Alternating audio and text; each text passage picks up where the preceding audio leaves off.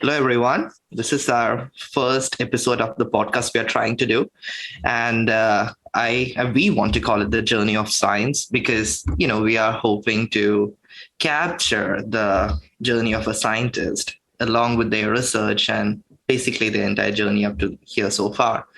And so, to introduce us, I am Gopu, and we have Zane here, and Zane, please. I'm sorry, I'm hijacking everything. That's all right. So we two are researchers. In episode one, we are just trying to lay down the foundation of what we want to do, talk about both of our research, and basically have like this template thing going on. So from next episode, we'll have another scientist joining us. So Zane, do you have anything to say? Hi, so I'm Zane, as Gopu said. I'm currently an assistant professor, and I started my lab, I guess, about a year ago, officially, in person, I say, because of COVID. I wasn't allowed to start it in person, so I was teaching virtually for a while, and then January of 2021, I was able to get into the lab and start doing things. So it's been about a year and a half, I guess. So when did you actually start your professorship? Like which? It was fall of 2020. 21. Oh my God, I don't remember.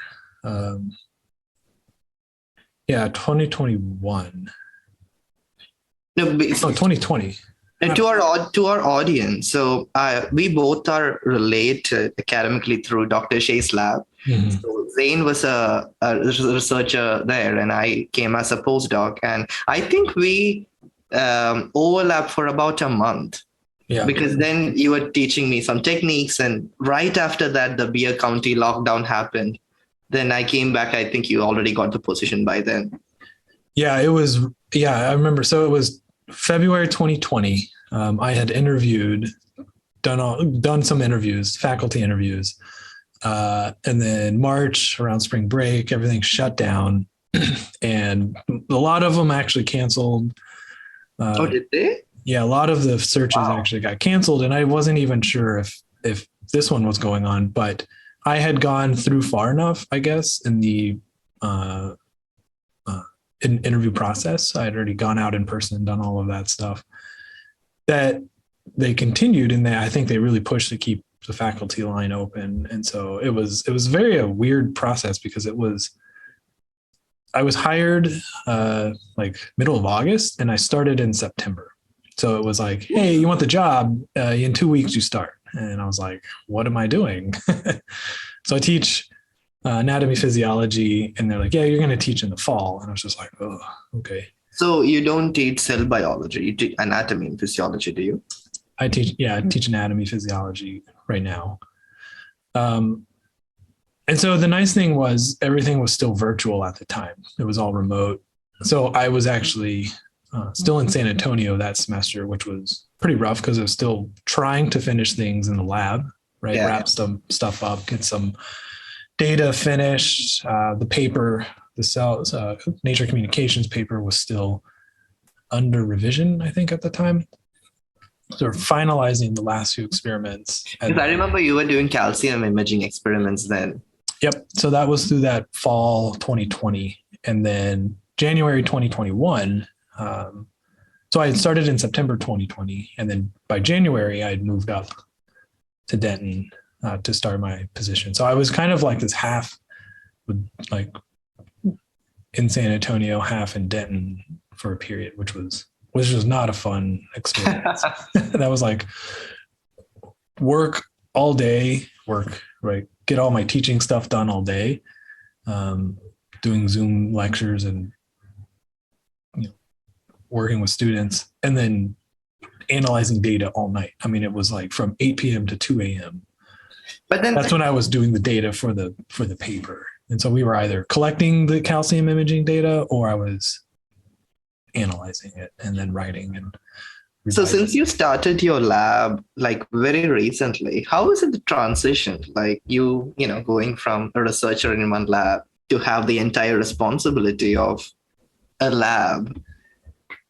When That's a great question. and also when students call you Professor Libran, so how does it feel, right? It's interesting. So I work with a lot of undergraduates, and they Yeah.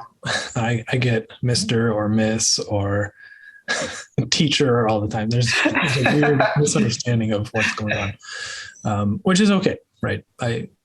It doesn't bother me, but it is definitely a huge life accomplishment to get Oh, to that position, definitely. right? It's something you work for from day one of graduate school. Is Basically. make the decision to get that faculty position, and so it's fun. I think my third year as a postdoc in Jenny's lab, I had this realization that I could be a PI, right? I think I have a very good skill set for doing so. And it was once I had that realization that really things turned around as a postdoc for me. And it was skills in terms of building teams, working with people, managing teams, putting teams together. Like I found that I was really pretty good at it. And it was something that I think Jenny gave me a lot of freedom to do so.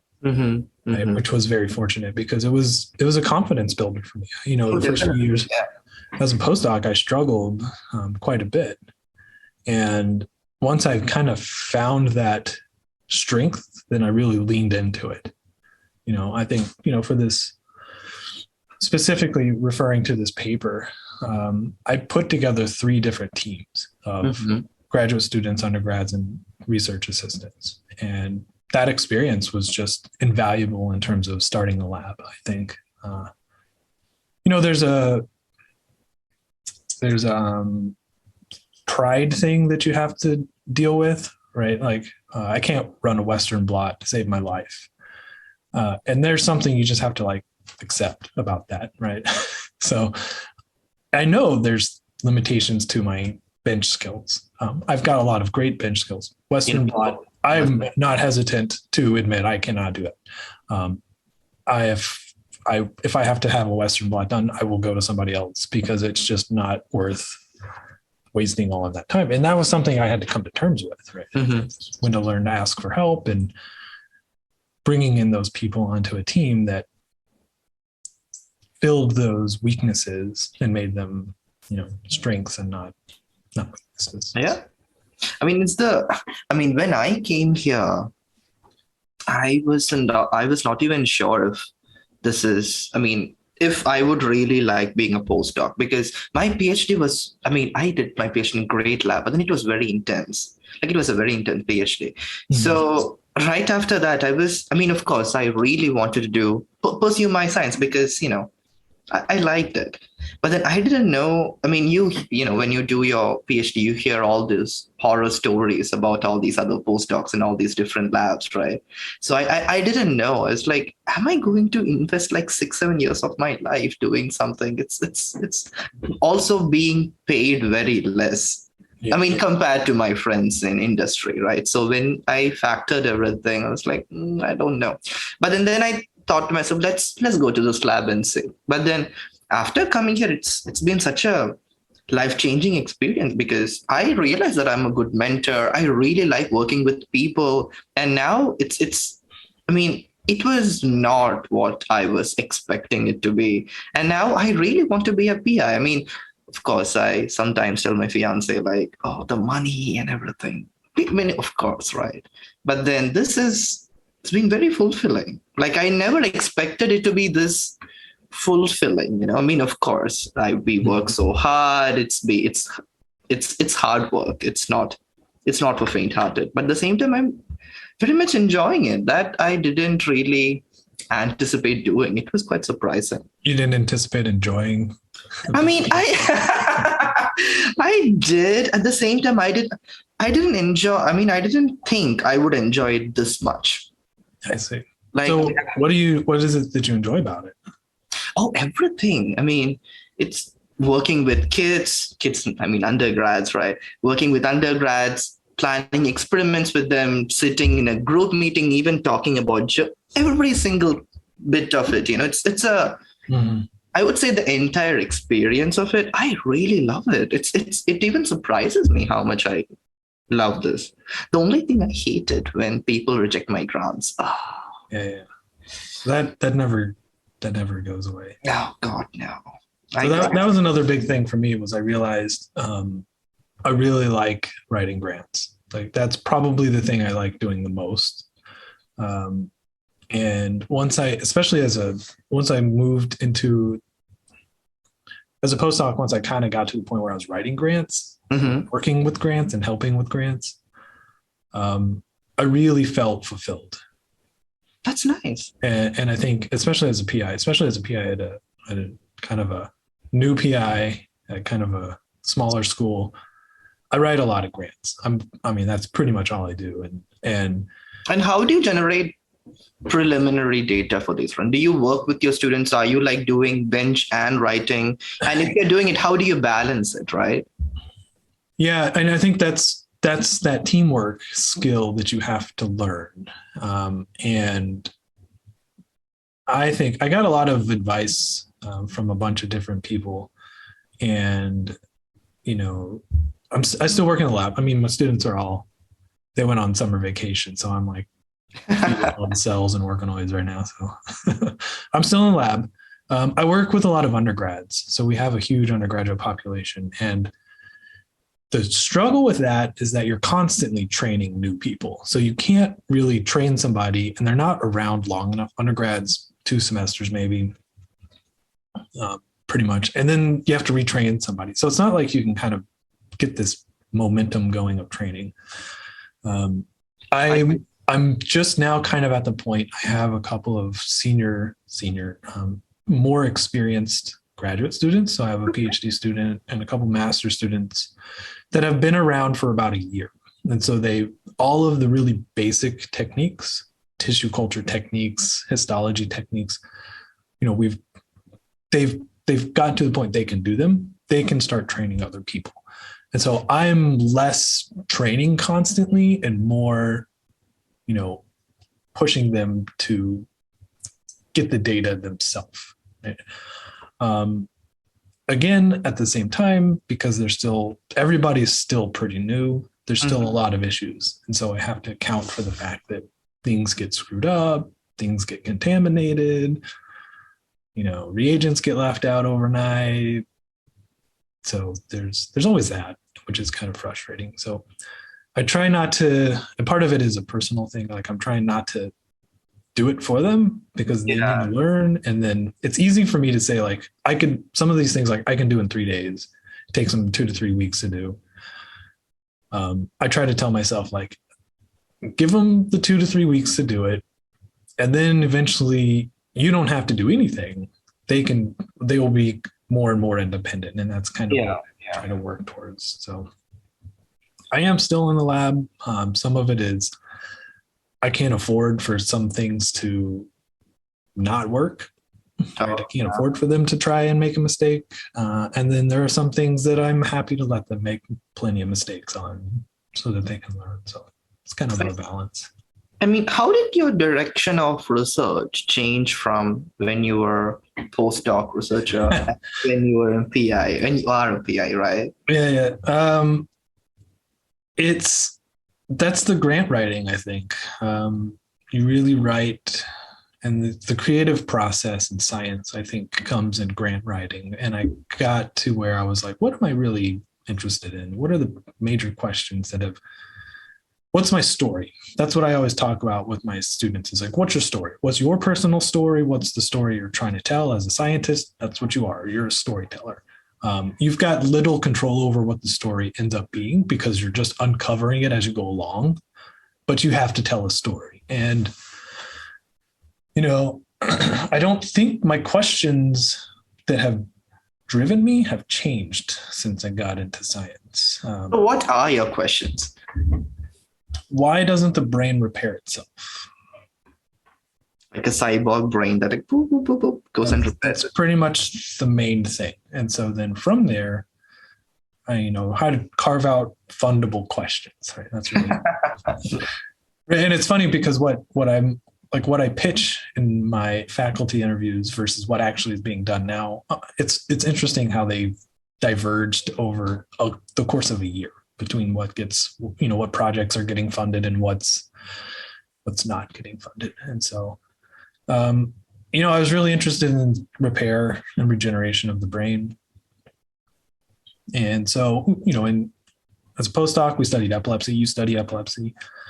I think I got into that because we were studying the adult stem cells in the hippocampus my interest was, is there a possibility that these could repair, be beneficial in a repair mechanism?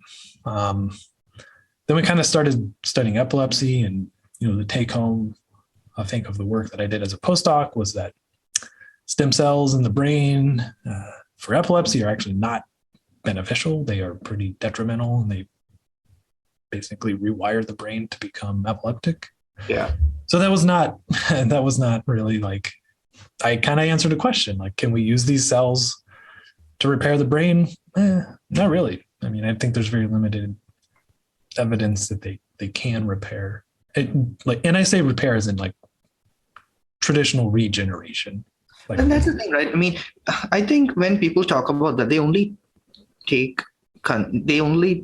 neurons into account. There are so many other cell types that plays a role too. Yep, and that's a big deal. And I think that's the tricky part with the brain. So, right, you come from skin regeneration. Oh yeah, right. And the question that I always throw to everybody, so from a developmental perspective, is the skin and the brain both derive from ectoderm tissue. Right? They both come from the same germline. The skin, I would argue, is the most regenerative tissue in the body, and the brain is arguably one of the least regenerative. It's such a fascinating question to me. Like, how is that? Why is that? And what's up with it, right? I mean, what like makes me, marvel is these tissue stem cells. It's like, of course, there are heterogeneity markers and some properties, but then globally, if you think about it, you have these slowly dividing stem cells, then that gives rise to transit amplifying cells. Then you have all your mature cells, which is, of course, there are some variations, but then it just almost conserve with many of the tissues, intestine, hair follicle, dentate gyrus, all that. It's just so, it's like, how, what are the basic mechanisms that like converging mechanism that decides stemness of a cell, right? And also another reason I changed from skin to brain was that competition. Skin, oh my God, those scientists are nuts. They have all these tools all these lineage tracing tools, all the tools to play with the epigenome and genetics and so many things. So as an early scientist, to compete with those people, of course, I could join in some big lab and get data, but then thinking after that, what would I do? Relatively, of course, it's a biggest organ, but then it's more simple compared to brain. And I was thinking in brain, there are so many questions that's left to answer, like one you were saying. And in my opinion, it's one of the most complicated organ in the body, next to heart, in my opinion. So thinking all this, then I jumped from skin to brain. Didn't know shit. But then here we are, enjoying it, of course. But then I remember when I first came to lab and you and Paro were there and you both were talking to me about dentate gyrus and everything. And I looked at Paro and I was like, Paro, what is a hilus? And she looked at me like, what are you talking about? Yeah, it did. Yeah, it's been something. So, okay, let me ask you this. Now that you've spent time in the brain field, neural stem cell field, are there common mechanisms between skin repair, right, and brain? I don't know because in the skin you've got similar types of cells, right? You have fibroblasts that Yeah. are recruited to So, replace. yeah, so in skin, I was studying interfollicular epidermis. So that's like the uppermost layer. And Mhm. there you had epidermal stem cells, and also you have hair follicle stem cells. So when there is any wounding and everything, all these stem cells work together to close the wound. And after closing the wound, these stem cells go back to their territory. I see. So the But stem then, cells themselves, they're not to replenish that tissue. It's yeah, just to close the wound. yeah, close. Yeah, Right. more or less. Yeah.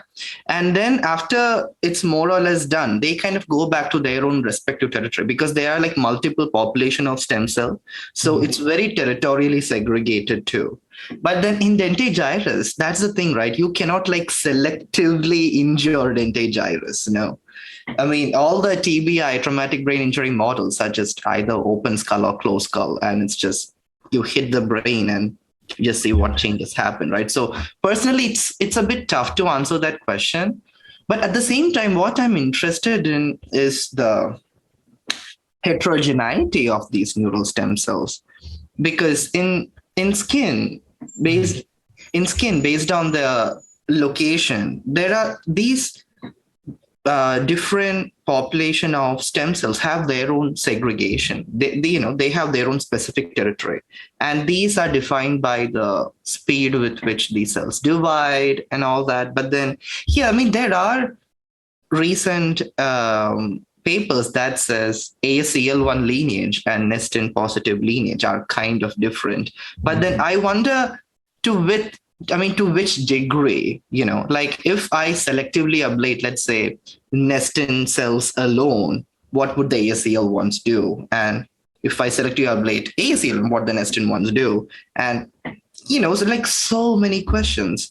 And these neural stem cells can also give rise to astrocytes. So these nestin derived astrocytes and ASL derived astrocytes, are there difference with that? So there are like so many questions that we don't have the answer to. And this is just, I'm talking about the in a normal brain, like, in a healthy brain. What happens to all these in like a diseased brain, right? Like seizure, Parkinson's, Alzheimer's, and all these things. It's just so many things to be known, but people are not giving us the money.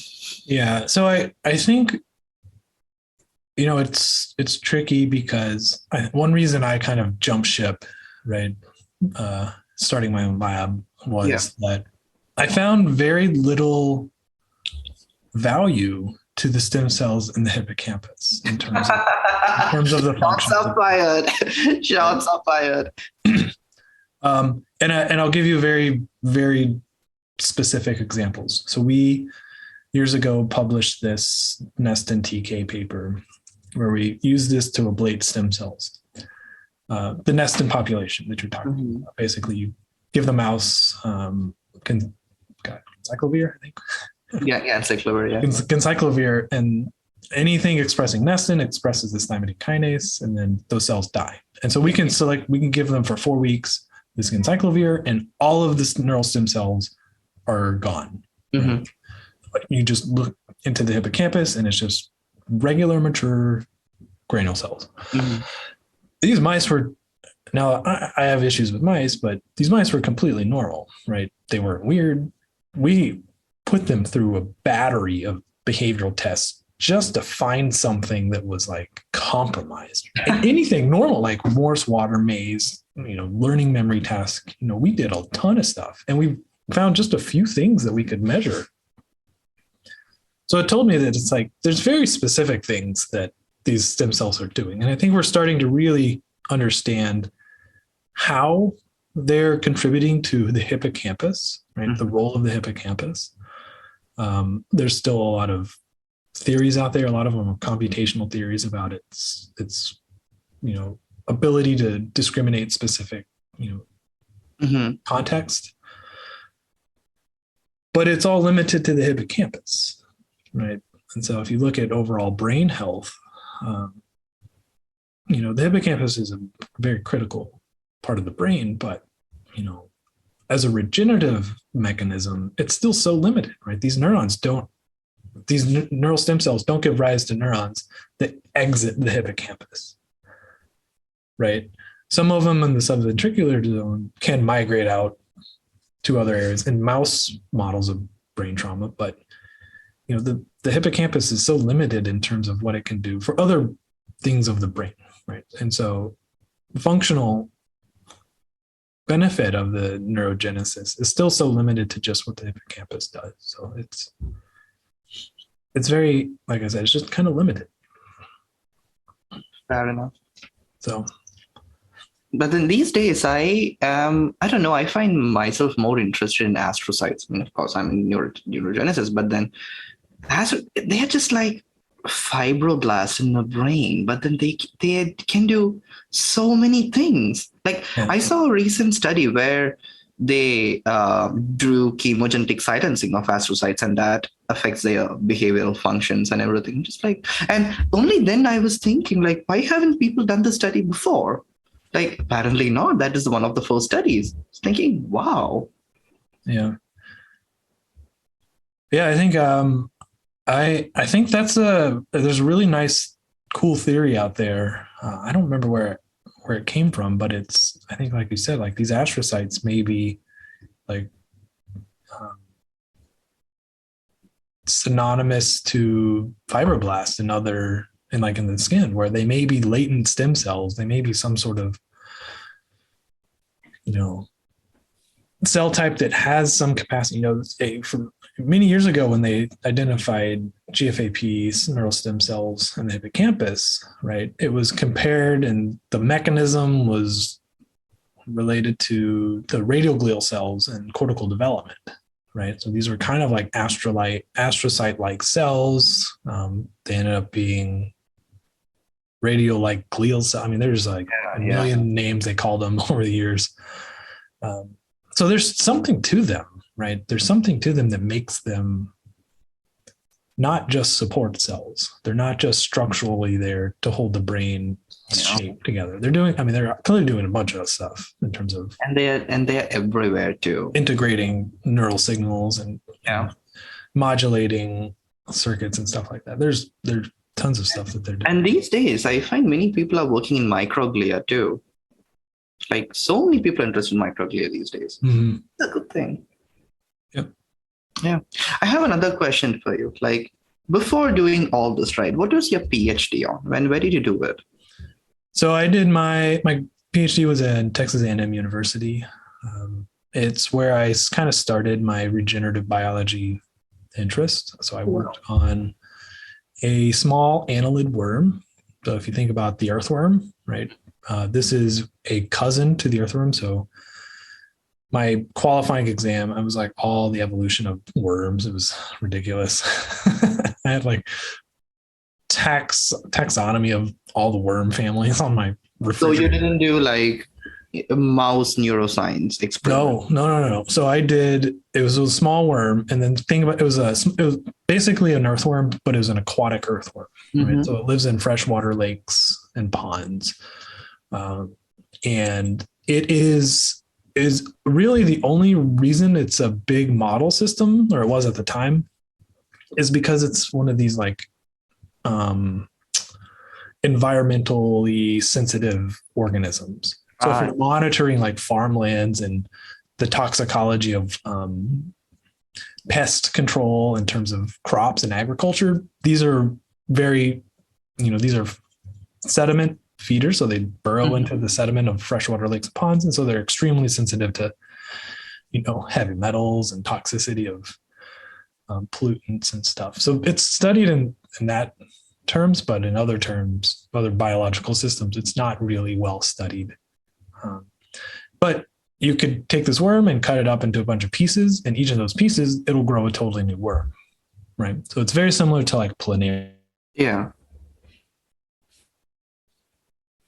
Something happened to the audio.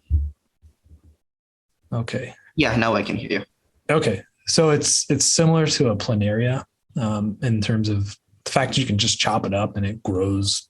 So I studied that process, the regeneration of that. I see. Okay. So it's not It's not neuroscience then. It's It like, was neuroscience. So I was looking at the neural regeneration of that. oh, I see. Okay. Right. What I learned was it is not a model system that everybody uses. So the tools that everybody could use, I could not use. Right. So antibodies. Oh, I want to look at this receptor. I can use an antibody, right? I can stain for glutamate receptors. And I could see them, but there was always a question of like, how do you verify it's really a glutamate receptor? Well, you look at the sequence of it, like, because it was just not sequenced at all. And so the, what do you call them? Analog, what are the genes that are, I'm now blanking on how you call it, like genes that are common between Okay. ancestral Mhm. organisms. So I would compare them to like other flies, Drosophila and mouse and stuff. But I didn't have the tools. So then if I wanted to like overexpress something or underexpress something, like knock down or overexpress or use any type of tool to modulate the system, I just didn't have that ability, right? Without really just from the ground up building everything, going through and sequencing everything. So that's why I moved to the mouse, because I wanted a system that I could have tools to work with. And so, I just had a thought, like a random thought. Like from your PhD till your professorship, you were like a through and through Texan. yeah, 100%. Yeah. That's my story, man. I would tell you, everybody's got a story. I'm a product of Texas public education, 100%. Have a Kindergarten through faculty, Oh, wow, really? Yep. Wow. So your family's from San Antonio, Dallas? From Dallas. Yeah. Oh, wow. Okay. I grew up here in the North Texas area. Oh, wow. Actually, I have a bunch of friends now I work at Texas Women's University. I had a lot of friends from high school that went to school here. Wow. Okay. It's funny. I'll like walk down the hallway, like in some of the buildings, and I'll see we've got a really, and so in Texas, college gymnastics is not a big deal. There's not any NCAA teams. Mm-hmm. Texas Women's University probably has the top gymnastics program in the state for college, right? They compete. They're not NCAA, but they compete on a different conference. But they just won like the national championships this year for that. So I'll walk down the hall and I had a lot of friends that were on the gymnastics team over the years, and I'm like, man, I see them all on like posters and plaques and stuff with them all over the wall. So it's kind of funny. When I got the offer to come to Texas, I got many offers, but then I was very much interested in Jenny's lab. So yeah. I accepted it. And all my friends in Japan and everywhere, they were like, of everywhere in the world, Gopu, why would you go to Texas? Also, a place called San Antonio.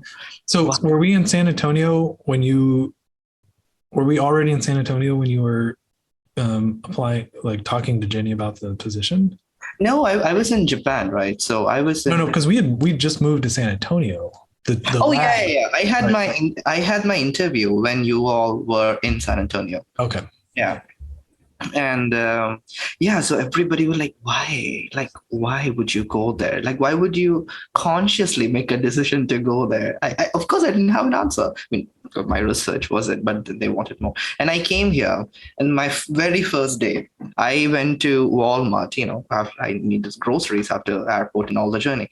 And I went to the Walmart here near the university, and I went there. There was like literally rows and rows of one side it's US flag and one side it's Texan flag, and it was rows and rows of it. And it was that time I was watching Handmaid's Tale too. Oh yeah. And it was like, what did I get myself into? Where am I? Why do I feel like I'm a part of an American movie or something? It was something. But then I would say people here have been so kind to me. It's surprising. It's just everybody here, they've been so kind to me. I've received so much kindness here than anywhere I've been. That's Antonio is a really great city. It is. Yeah. It's very inclusive. There's a very diverse population of people compared to a lot of other cities in Texas. I agree. It's a blue city. through and through, right? Personally, that is important to me, at least. Yeah, and it makes a big difference. And so I'm curious, what were your thoughts when you got to Texas? Oh, I'm sure you had an impression of it Oh, before. I had very strong dislike. No, I mean, because I was in Tokyo for like I'm nearby Tokyo for like 5 years, right? Yeah. So any weekends, I am out in Tokyo doing all the things, and it was like, I mean, when I went to New York, it was very synonymous to New York, only cleaner. Yeah. Oh, I bet, which is radically different than Oh, yeah, anything San very much Antonio. so. There is no assault on nose or any of your senses in Tokyo.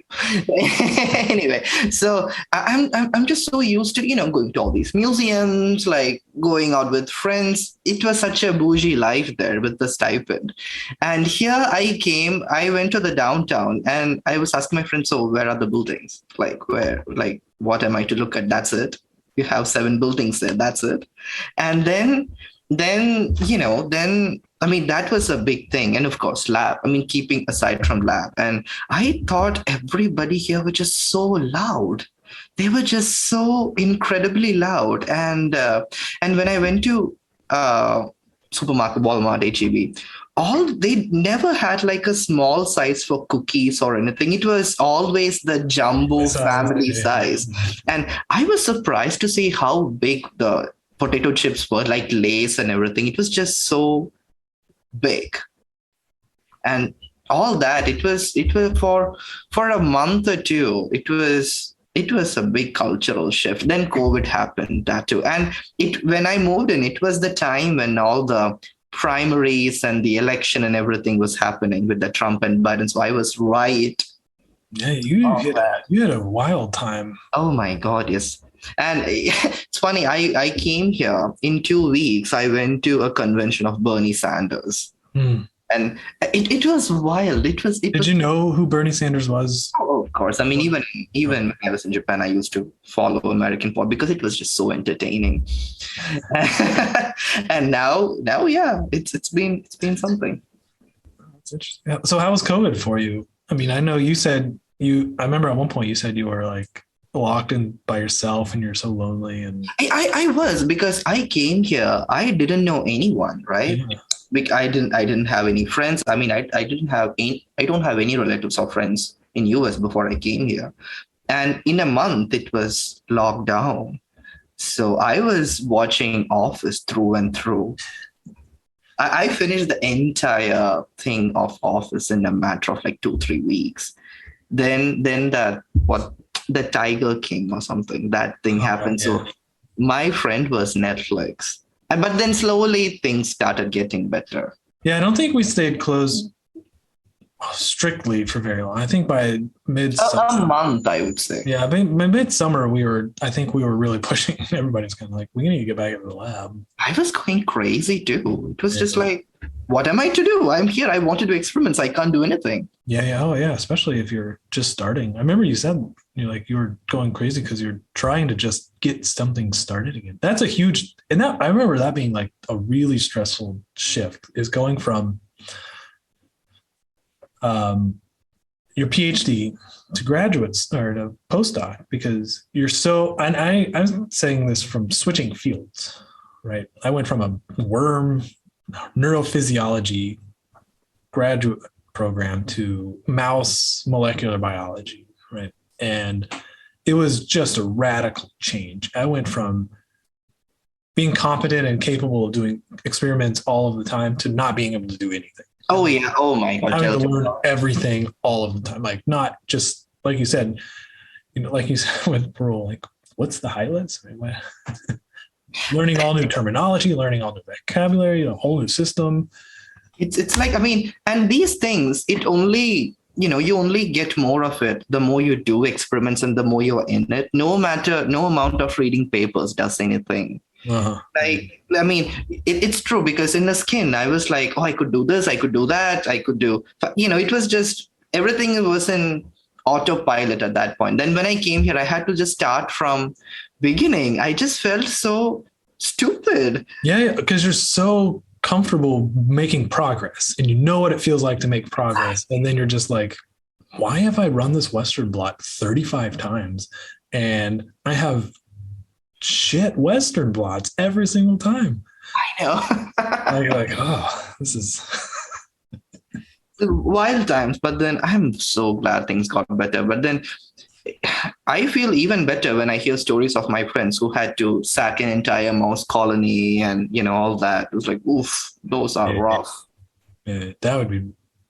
Yeah. So starting my lab in the middle of this, I kind of feel fortunate because I have a couple friends who probably the worst position was they had started their lab about 2 years before it started. So I had about 2 years where I'm at right now, yearly 2 years. You're really building momentum, right? And then it just gets crushed. And then you just have to start over. I imagine probably starting your postdoc, it would be the same thing, right? 3 years into your post, like right now, if we just shut down again for 3 months, like it would be crushing. I would go crazy. Right. I mean, talk about no progress. It's backpedaling. Oh, so Even thinking about it makes me feel uneasy. And I'm like, no, people wear masks. well, I mean, we're in Texas. It's not gonna. Nobody. We're not going back. Oh God, well, the thing is, we are not going back. The entire Texas is going back, it seems like, from all the legislation and rules. And that's another conversation altogether. Yeah. I know. So how did once the lab started opening back up, what was it that changed? Like, what was some of the first things you were doing that you really Oh, got going? I didn't know. I really didn't know because then I was with my skin thing, right? I was so comfortable here. And here I had to basically study where the research is right now and what are the questions that's been not, that's been yet to be addressed. And I have these questions and I was like, I don't know any strategy. I don't know I don't know how to give pylo. I don't know how to give the injections, nothing. So it's like figuring that out at the same time, trying to link all these techniques that I'm learning new to what I want to do. And also getting familiar with organoids and all the work, because before coming here, I had no clue what an organoid was. Yeah. So it was like an influx of so much information at the short time while having the challenge to have my shit together. Yeah. So it's wild. But then now that I think of it, it makes me laugh, like how crazy things were. But then I think, for myself, especially looking back, it was such a good move to do that. I think in the long run, like it sucks. It's stressful, but I agree. My skill set, my flexibility, my ability to solve problems, I feel like is way more powerful now that you go through that sharp learning curve, right? Because I've had this conversation with a lot of people about going to do a postdoc. Do you switch fields? Like, what's the read on that? Like, is it good or bad? And I think it really just depends on what your field is and what you want to do, right? I radically changed fields, and I think it was a tremendously beneficial move. Like it was difficult, but I think all of the skills that I learned as a graduate student now complement all of the skills that I worked on and learned as a postdoc. And now that's what my lab does, right? Because since I came from skin, they all use so much lineage tracing with all these different tools, and that is giving me a very different perspective on how to even look at these neural stem cells and what do they do. It's been tremendously helpful. I mean, at the same time, it's what you want to do, right? Yeah, it's interesting because my background is neurophysiology. And I look at like the organoid field, the brain organoid field, and they're very much, cell biologists and stem cell biologists. They're not really, there's not a huge neuroscience twist to it. So it's taking that, your background, your training that's in a unique field and bringing it to a new field that I think is going to make a tremendous impact, right? So I think having that diverse perspective of skin stem cell biology is going to bring an avenue of thought I agree. to the brain that I think the brain needs. Like the people And I personally think this is the right time for me to change too, because I don't want to change my research field later. So I think after your PhD, if you want to change your field, I think that's the right time to do so, because then you have the strength in one field, you're starting in the new one. You can learn, you can have the benefit of both. Yeah. Yeah. Did you see that? I think there's a paper that just came out. I saw it on Twitter. It was I think it was a zebrafish stem cell paper where they looked at I think they took the brain bro construct and put it in, I want to say, the dermal cells of the zebrafish, and they could look at how the lineage of the skin cells, I think it was skin. I didn't read it. So qualifier, I did not read the paper. I just saw the tweet about it. And they had great images and beautiful video. Rainbow images are always so pretty. Yeah. I should go find it. But I think it was one of those big nature papers that they figured out a new way that stem cells divide in a new type of lineage. Oh yeah, is it like one curving? I saw a paper where it's about stem cells. Where, oh god, Yeah, we should go read it, right? Sort of half-ass explaining the headline.